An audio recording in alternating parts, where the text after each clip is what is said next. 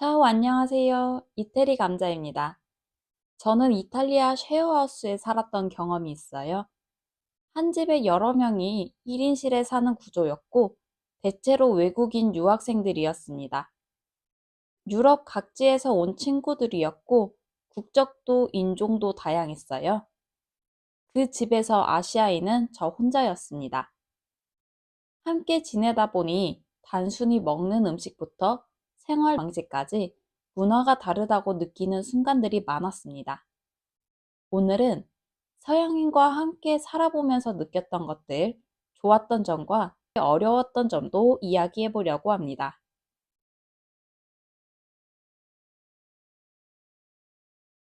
한국에서 개인주의라고 하면 조금 차갑고 이기적인 이미지로 비춰지기도 합니다. 서양의 개인주의는 사람을 그대로 존중한다라는 느낌이 있어요. 처음에는 아무리 1인실이라도 여러 명이서 살면 불편하지 않을까 걱정을 했었는데요. 의외로 편안하게 지냈습니다. 공용 공간을 공유하지만 그 외의 영역은 철저하게 분리되어 있었어요. 호텔의 장기 투숙객들이 머무는 느낌이랄까요? 서로의 생활에 간섭하지도 않고 필요 이상으로 엮이지도 않아요. 복도에서 마주치며 인사하고 가볍게 스몰 토크 나누는 정도예요. 우르르 몰려다니지도 않고 굳이 친해져야 한다는 압박도 없었고요. 특히 인상 깊었던 건 식사 문화였어요. 앞에 사람이 있어도 딱 본인 것만 챙겨서 먹습니다. 이거 좀 먹어볼래? 권유하는 문화가 아니에요. 권유하더라도 상대가 부담스러워합니다. 저는 이게 좀 견디기 어렵더라고요. 혼자 음식을 먹고 있는데 쉐어메이트는 아무것도 없이 옆에 앉아서 이야기하고 있고 그런 상황이 어색했었던 기억이 있습니다.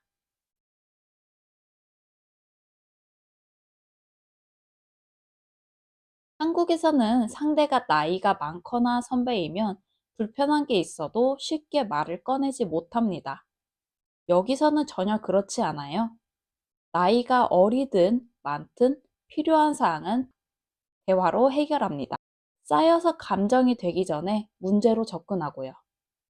쉐어하우스라는 시스템이 유지되지 않았나 싶어요. 그리고 재밌는 게 여기서도 당연히 외향형, 내향형이 존재하긴 하는데 좀 달랐어요.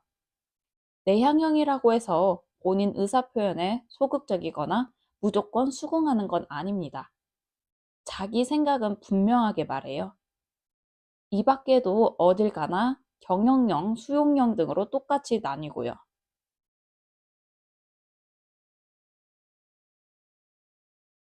쉐어메이트들은 피부색도 다르고 눈동자색도 다릅니다. 머리카락도 컬링, 직모 다양했어요. 그래서 바닥에 머리카락이 떨어져 있으면 이건 누구 거다 바로 알 수 있었습니다. 제 머리카락이 잘 빠지는 편이에요. 그래서 이건 내 거구나. 대부분 바닥에 떨어진 머리카락은 제 거였습니다.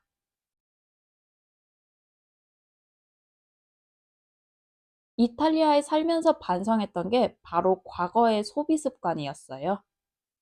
직장인이면 이 정도 옷은 입어야 하지 않아? 이런 가방 하나쯤은 있어야 하지 않아? 이런 생각들, 한국에서는 너무 자연스러웠습니다. 꼭 비싼 물건이 아니어도 우리는 물건을 사고 버리는 게 너무나도 쉽습니다. 필요 없는데 귀여우면 사고, 반품하기 귀찮아서 사용하고, 유행 지나서 버리고, 저 또한 그랬어요. 신용카드를 습관적으로 사용하고, 패스트 소비가 당연했습니다. 유럽 친구들을 보면서 생각이 완전히 달라졌어요. 유럽은 화려한 이미지가 있잖아요. 실제 시민들의 생활은 검소합니다. 장기 체류를 하러 와도 집에서 베개, 이불까지 다 챙겨오고요. 귀국할 때는 작은 것 하나까지도 모두 챙겨갑니다. 옷, 가방은 닳고 해질 때까지 써요. 절대 쉽게 버리지 않습니다. 제발 버려라 싶을 정도로 낡은 물건들을 많이 봤어요. 비교적 한국은 공산품이 저렴한 환경에 영향도 있는 것 같아요. 집단 문화이기 때문에 유행에 민감하기도 합니다.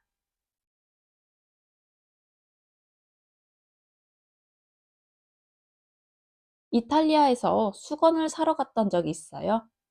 점원에게 수건이 어디 있나요? 라고 물었더니 얼굴, 몸, 비데용 중 어느 것을 찾는지 되묻더라고요. 쉐어메이트들은 바디타월 하나로 얼굴 닦고, 머리 말리고, 손 닦고, 그리고 그 수건을 계속 말려서 재사용합니다. 세탁하는 모습은 거의 못 봤어요. 저만 한국에서 일반 수건 사이즈를 사용하고 있더라고요. 화장실은 건식이에요. 샤워기 주변에 샤워 커튼이나 부스가 있고 항상 쉐어메이트들은 이 앞에 발매트를 깔아서 사용합니다. 발 닦는 용도인지 물튀김 흡수용인지는 아직도 잘 모르겠어요. 그리고 샤워 빈도입니다. 저는 계절에 상관없이 매일 샤워를 하는데 오히려 이게 유난인가 싶었습니다. 여기 있는 친구들은 사람마다 다르지만 여름에는 하루에서 3일에 한 번, 겨울에는 일주일에 한 번 정도 샤워를 하더라고요. 빨래 빈도도 마찬가지였고요. 물 사용량은 항상 제가 1등이었습니다.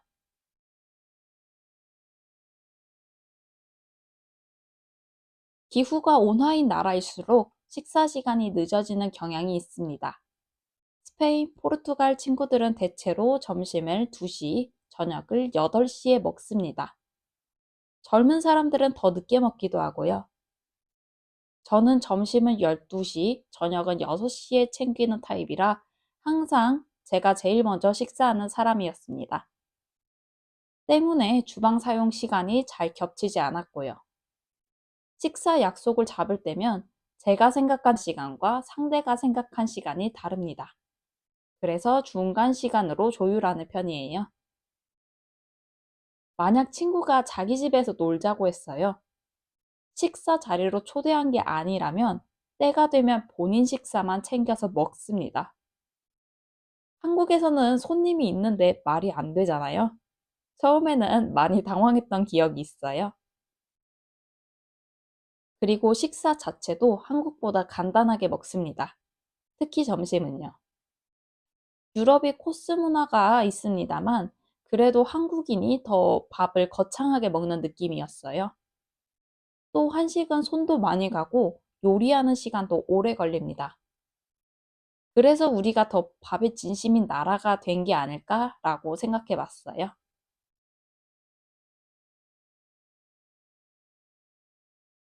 한국에서는 여름에는 에어컨, 겨울에는 보일러가 당연합니다. 이탈리아는 아직도 가정에 에어컨 보급률이 낮습니다. 덥지 않아서가 아니에요. 똑같이 덥습니다. 에어컨 설치하려면 실외기 설치에 건축 허가가 필요하고 허가가 나는 데만 몇 개월씩 걸립니다. 또한 전기료도 상당히 비싸요. 에어컨을 7, 8월에만 사용하더라도 그마저도 마음껏 틀지 못합니다. 결국 이럴 바에 설치를 잘 안 하게 되는 거죠. 겨울에는 라디에이터로 방을 데우는데 춥습니다. 심지어 라디에이터가 없는 호텔도 있어요. 호텔 침대에는 이불과 매트리스 사이에 천이 한 겹 더 깔려 있습니다. 이 천이 체온으로 이불 안을 데우는 역할을 해요. 이게 효과가 있나 싶은데 있고 없고의 차이가 있습니다. 그리고 유럽은 집에서도 신발을 신는 문화이죠. 우리처럼 바닥 난방으로 데우는 방식이 아니기에 바닥에 냉기가 있습니다. 그래서 집에 오면 대부분 슬리퍼로 갈아 신습니다. 처음에는 기술도 있고 충분히 더 편하게 살 수 있는데 유럽은 왜 이렇게 불편하게 살까라는 생각을 했어요. 시간이 지나면서 느낀 건 한국이 정말 편안하게 살고 있다는 것입니다. 이 편안함이 당연해져서 인식하지 못하고 있었던 거죠.